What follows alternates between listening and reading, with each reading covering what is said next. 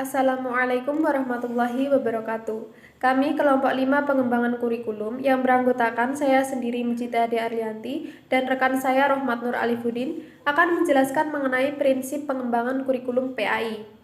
Di sini saya akan menjelaskan poin yang pertama, yaitu pengertian prinsip pengembangan kurikulum PAI. Pada dasarnya, pengembangan kurikulum adalah suatu istilah yang komprehensif yang mana di dalamnya mencangkup perencanaan, pelaksanaan, dan evaluasi.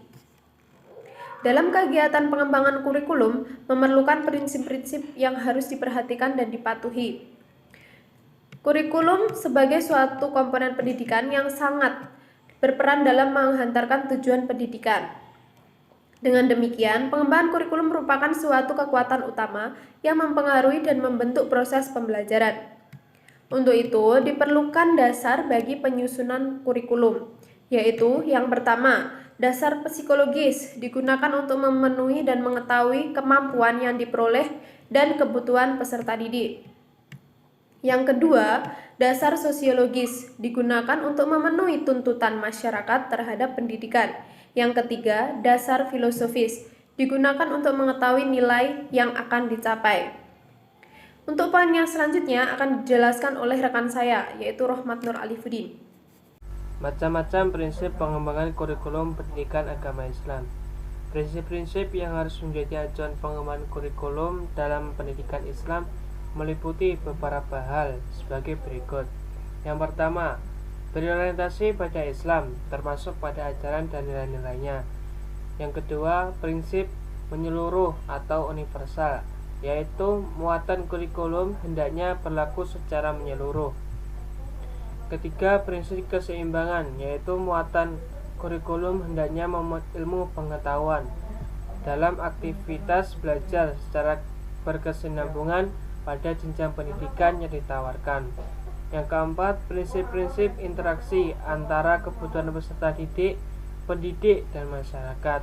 Yang kelima, prinsip pemeliharaan perbedaan-perbedaan peserta individu antara peserta didik, baik dari segi perbedaan bakat, minat, kemampuan, keutuhan, dan sebagainya.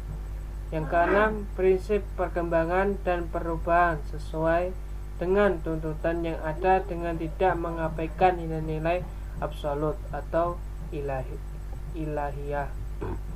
Dan yang terakhir adalah prinsip pertautan integritas antara mata pelajaran, pengalaman-pengalaman, dan aktivitas yang terkandung dalam kurikulum dengan kebutuhan peserta didik dan kebutuhan masyarakat.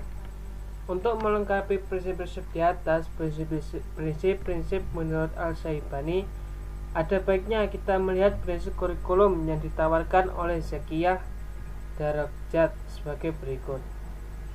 Yang pertama adalah prinsip relevansi, dalam arti kesesuaian pendidikan dalam lingkungan hidup peserta didik, relevansi dalam kehidupan masa sekarang dan masa depan, relevansi dengan tuntutan pekerjaan.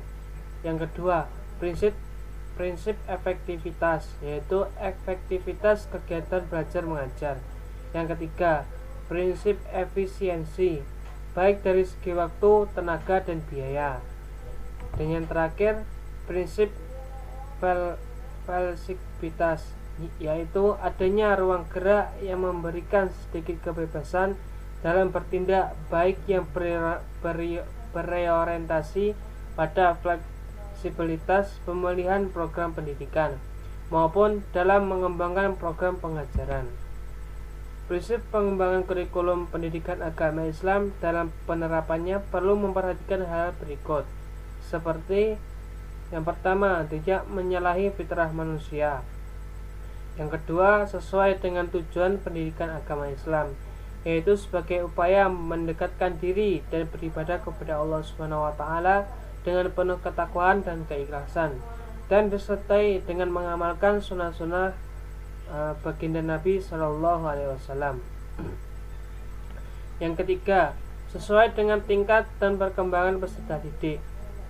Yang keempat, memberikan pengalaman empiris praktis langsung bagi peserta didik, serta memiliki fungsi pragmatis sehingga mereka mempunyai keterampilan yang real atau keterampilan yang sesungguhnya, bersifat integral, terorganisasi, serta tidak saling bertentangan antara materi yang satu dengan materi lainnya. Yang keenam, memiliki pengaruh yang positif terhadap peserta didik.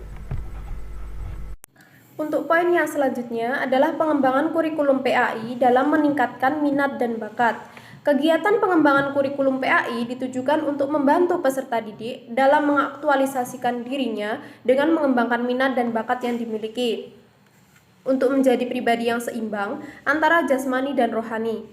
Ada banyak macam kegiatan dalam melakukan pengembangan diri, antara lain melalui kegiatan layanan konseling dan ekstrakurikuler bagi peserta didik.